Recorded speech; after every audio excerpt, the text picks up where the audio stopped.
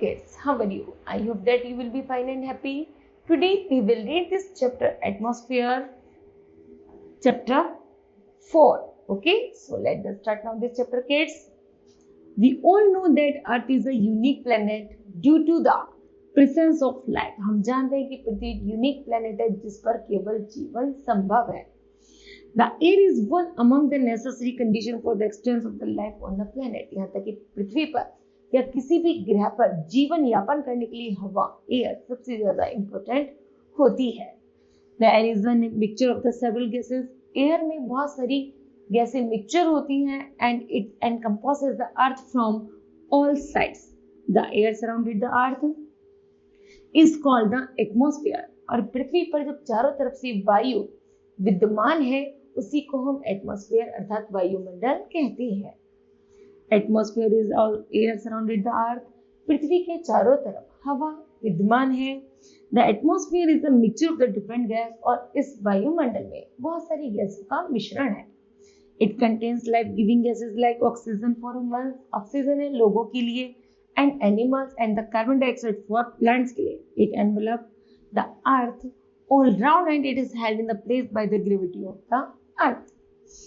It helps in the stopping the ultraviolet rays. यहाँ तक कि जब पृथ्वी पर यह अल्ट्रा जो वायुमंडल है हमारा सूर्य से आने वाली अल्ट्रावायलेट किरणों को जब यह रोकता है that are harmful to the life जो जीवन के लिए बहुत ज्यादा हानिकारक है. that maintains like suitable temperature. यह लोगों को यह जो वायुमंडल है यह पृथ्वी पर रहने वाले लोगों को एक सीमित या सुटेबल टेम्परेचर प्रोवाइड करता है नेसेसरी फॉर लाइफ जिससे जीवन आवश्यक है. Generally atmosphere extend up to about 1600 kilometre from the earth surface. यहाँ तक कि 1600 किलोमीटर के दायरे में जो भी हम देखते हैं जहाँ पर वायु विद्यमान है उसी को हम वायुमंडल कहते हैं. However, 99% of the total mass of the atmosphere is confined to the height of 32 kilometers from the earth surface.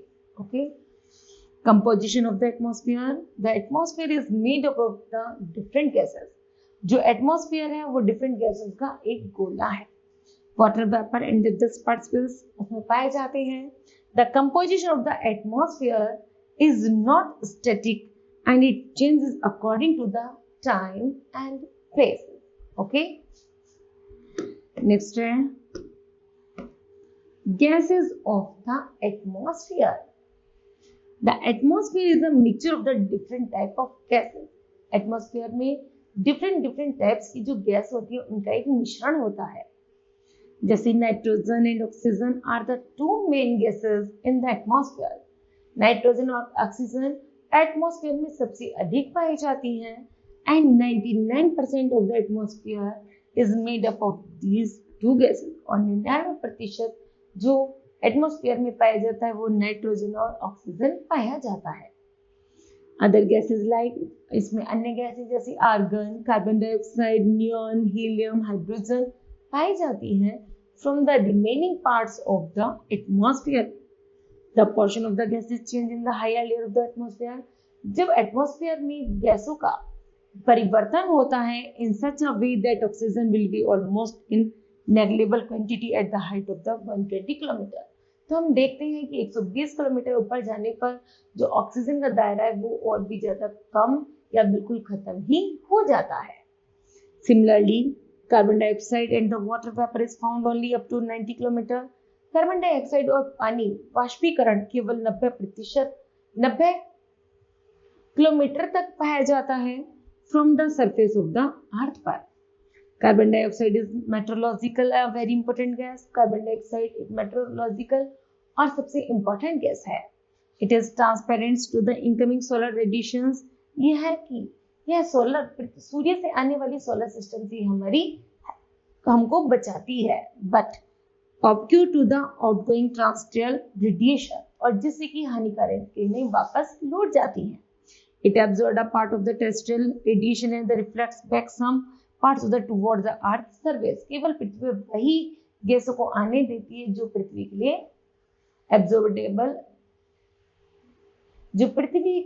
Absorbable या फिर सुटेबल होती है. It is largely responsible for the green house effect सबसे ज्यादा मुख्य है, यहाँ पर जो रेस्पॉन्सिबल करता है ग्रीन हाउस इफेक्ट के कारण होता है। When the volume of the other gases remains, जैसे जैसे यहाँ पर आपको चार्ट में दिखाया गया है कि जो भी हमारी गैसों का जो भी दायरा है, जैसे नाइट्रोजन हमारी क्या है N2 78%, ऑक्सीजन 20%, ऑर्गन 0.9% और कार्बन डाइऑक्साइड 0.03, नियॉन है 0.001 और हीलियम है 0.005, कैप्टन है 0.0001 और हाइड्रोजन है 0.0005। ओके, तो जैसे कि हमारे यहाँ पर जो भी गैसेस का एक चार्ट पेपर तैयार है, इसी इन सभी से मिलकर ही एक एटमॉस्फेयर तैयार होता है। ओके, जैसे किड्स हम यहाँ पर इस वॉल्यूम को तो जान चुके हैं कि हमारे वायुमंडल में कितनी गैसें कितने रूप में पाई जाती हैं या कितनी मात्रा में पाई जाती हैं। The volume of the carbon dioxide has been raising in the past few decades mainly because of the burning of the fossil fuel. लेकिन जो कार्बन डाइऑक्साइड गैस है वो सबसे ज्यादा किसको फॉसिल फ्यूल को बनाने में सबसे ज्यादा इंपॉर्टेंट होती है। This rising volume of the carbon dioxide is the main reason for global warming. Ozone gas is another important component of the atmosphere. Ozone gas जो है हमारे वायुमंडल का सबसे इंपॉर्टेंट कारण है। फॉर फाउंड mainly between 10 से 50 kilometre above the earth's surface, it acts as a filter and absorbs the ultraviolet rays। ये हमारी पृथ्वी से आने वाली अल्ट्रावायलेट किरणों की से रक्षा करता है जो सन से हमें मिलती हैं and prevent from reaching the surface of the earth, पृथ्वी पर आने से उन्हें रोकता है। The amount of the ozone gas in the atmosphere is very little and is limited to the ozone layer found in the stratosphere। Stratosphere में वायुमंडल की परत में जो ओजोन गैस है वो सबसे कम और सबसे सीमित मात्रा में या थिन लेयर में पाई जाती है। Gases form of the water present in the atmosphere. Atmosphere में जो पानी गैसेस के साथ साथ पानी भी होता है, गैस जो होता है वाटर फॉर्म्स के रूप में होते हैं, is called water vapour. It is source of all kinds of the perceptions। The amount of the water vapor decreases with altitude। It also decreases from the equator। जब यह पृथ्वी पर इक्वेटर पर इसका प्रभाव पड़ता है और from the low altitude towards the poles the high latitudes। यहाँ पर इक्वेटर पर इसका तापमान अधिक और इक्वेटर पर इसके तापमान कम पाया जाता है। It is maximum amount in the atmosphere could be up to 4% which is found in the warm and the wet regions। Water vapor reaches in the atmosphere through evaporation। Water vapor के कारण ही पृथ्वी से evaporation होता है and transpiration होता है। Evaporation take place in the ocean। Evaporation सबसे ज्यादा कहाँ पाया जाता है? ओशियन से, सी से, रिवर से, पॉन्ड से एंड लेक से। While transpiration take place और यह पेड़ों से जो भी पानी लिया जाता है पेड़ से, ट्री से, लिविंग बींग से, वो होता है transpiration. Water vapour absorb part of the incoming solar radiation. यहाँ तक कि जो वाटर वेपर होता है वो सोलर रेडिएशन से क्या करता है, जैसे जो इनकमिंग होती है insolation from the sun the preserve, तो सूर्य से आने वाली किरणों से हमारी रक्षा करता है। It thus act like a blanket along the earth. यहाँ तक कि यह पृथ्वी पर एक ब्लैंकेट की तरह कार्य करता है। Neither to become too cold, ना तो उसे ठंड लगती है और न ज्यादा गर्मी लगती है। Water vapor also contributes to stability and the instability in the air। और वाटर वेपर के कारण वायुमंडल में स्टेबिलिटी और इंस्टेबिलिटी दोनों ही आती है। Dust particles are generally found in the lower layers of the atmosphere। जो धूल के कण होते हैं वायुमंडल में सबसे कम पाए जाते हैं। These particles are found in the form of the sand, smoke, soot, arsenic salt, ash, pollen, etc. Higher concentrations of the dust particles is found in the subtropical and the temperate region due to the dry wind in comparison to equatorial and the polar regions। These dust particles help in the condensation of the water vapor। During the condensations, water vapor gets condensed in the form of the droplets around these dust particles and the dust clouds are formed। Okay, चलिए structure of the atmosphere है। The atmosphere can be divided. जो atmosphere होता है divide हो सकता है into 5 layers में। according to the diversity of temperature and the density they are. जैसे किड्स यहाँ पर आपको डायग्राम दिख रहा है, जो ट्रोपोस्फियर है वो 0 से 8 किलोमीटर के मध्य है वो ट्रोपोस्फियर, 8 से 50 स्ट्रेटोस्फियर, 50 से 80 मेसोस्फियर और 80 से 400 थर्मोस्फियर और उसके ऊपर एक्सोस्फियर की लेयर पाई जाती है. ओके किड्स, चलिए जो 8 किलोमीटर की लेयर में होता है वहां पर वायु क्या होता है, ओजोन लेयर होती है और वायुयान भी चलाए जाते हैं. ओके, उसके बाद जो 50 की और 8 से 50 की लेयर होती है उसमें ओजोन लेयर और 50 से 80 में मेट्रॉइड्स पाए जाते हैं और 80 से 400 के बीच में जो भी ऑरेरल लाइट्स होते हैं, स्पेस शटल्स होते हैं, वो सब चीजें पाई जाती है. ठीक है, चलिए आगे है ट्रोपोस्फियर जानते हैं. It is the lower most layer of the atmosphere. वायुमंडल की सबसे जो छोटी परत या सबसे निचली परत होती है उसी को हम ट्रोपोस्फियर कहते हैं. Okay, the height of the layer is about 18 kilometre on the equator and the 8 kilometre of the poles. यह पोल से 8 किलोमीटर, पोल से ये जो पोल है पोल से 8 किलोमीटर और इक्वेटर से यहाँ जो इक्वेटर से 18 किलोमीटर होती है. ओके, चलिए नेक्स्ट है the thickness of the troposphere is greatest at the equator. यहाँ तक ये इक्वेटर से बहुत ज्यादा मोटी परत होती है because it is transported to great heights by strong convectional current. Number second, troposphere contains dust particles and the water vapor. This is the most important layer of the atmosphere because all kinds of the weather changes take place only in this layer. The air never remains static in this layer. Therefore, this layer is called changing sphere or troposphere. Next है the environmental temperature decrease with increasing heights of the atmosphere. It decreased at the rate of the 1 degree Celsius for every 165 meter of height. This is called normal lapse rate. क्या कहते हैं इसे हम? normal lapse rate कहते हैं. The zone separating troposphere from the sea from the stratosphere is also known as the tropopause. The air temperature at the tropopause is about 80 degrees Celsius over the equator and about 45 degrees Celsius over the poles. The temperature here is the nearly constant and hence it is called tropopause. Okay, चलिए next is stratosphere. Stratosphere is formed just above the troposphere. Troposphere के तुरंत ऊपर की जो layer होती है उसे हम स्ट्रेटोस्फीयर कहते हैं. It extend up to the height. यह लगभग 18 से 50 किलोमीटर के मिड पाई जाती है. The temperature remains almost the same in the lower part of this layer up to the height 20 kilometre. यहाँ तक कि 20 किलोमीटर के दायरे पर. After this the temperature increase slowly with the increasing in the height. जैसे जैसे दबाव बढ़ता जाता है वैसे टेम्परेचर बढ़ता रहता है.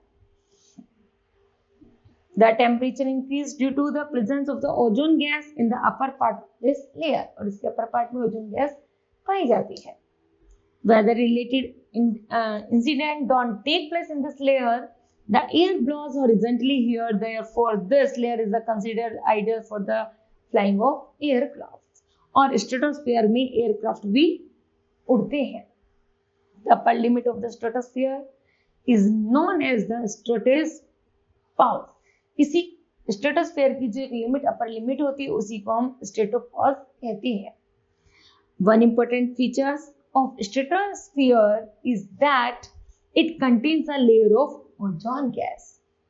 The relative thickness of the ozone layer is measured in Dobson unit. It's mainly found in the lower portion of the stratosphere from approximately 20 to 30 km above the Earth's surface. It contains high concentrations of ozone in relation to other parts of the atmosphere. It is the region of the stratosphere that absorbed most of the sun ultraviolet radiation. Okay, चलिए next है mesosphere. It is the third layer of the atmosphere. की जो third layer है उसी को हम mesosphere कहते हैं. इट एक्सटेंड अप टू, इसकी हाइट 80 किलोमीटर तक है. In this layer the temperature started decreasing with increasing altitude and reach above 100 degrees Celsius at the height of 80 degrees. Meteors or the falling stars occur in this layer. The upper limit of the mesosphere is known as mesopoles. Next is thermosphere. This layer is located between 80 and the 400 km above the mesopoles. यहाँ तक कि 80 से 40 kilometre की दायरे में जो भी परत पाई जाती है उसे हम थर्मोस्फीयर कहते हैं. It contains electricity charged particles known as आइकन, hence it is known as the ionosphere. Radio waves transmitted, जो रेडियो की वेव्स होती हैं वो यहीं से ट्रांसमिटेड की जाती है अर्थ पर, reflected back to the earth by this layer and due to this radio broadcasting that became possible. The temperature here starts increasing with heights. Next is exosphere. The exosphere is the uppermost layer of the atmosphere. Gases are very spare in this sphere due to the lack of the gravitational force. Therefore, the density of the air is very less than. क्योंकि exosphere में जाने से जो हमारी gravitational force है वो बहुत ज्यादा कम हो जाती है, वहां पे ग्रेविटेशनल शक्ति खत्म हो जाती है. ओके, वहां पर कोई भी वायुमंडलीय दबाव नहीं पाया जाता. नेक्स्ट है significance of the atmosphere. The atmosphere is in the insulating blanket protecting the earth. The atmosphere is an insulating blanket protecting the earth. It soften the intense light and the heat of the sun. जब पृथ्वी पर सूर्य से जो भी heat और गर्मी मिलती है जिसकी रोकथाम की जाती है, the ozone layer absorb the most deleterious wavelengths of the sun's ultraviolet rays and thus protects living organisms from extinctions. The atmosphere is bound to the earth by gravity. Satellites like the moon who have very low gravitational power can't be and don't hold an atmosphere. The earth presents a hospitable environment for life almost solely because of its atmosphere. Many plants reproduce by pollen carried by winds. Birds can fly only because of the air and the water cycle of the earth is maintained through the atmosphere. The atmosphere diffuses sunlight as well, giving blue skies and the red, pinks, oranges and the purples of the sunrise and the sunset. Okay, now kids, this chapter will be completed. I hope that you understood well. Thank you. Have a nice day.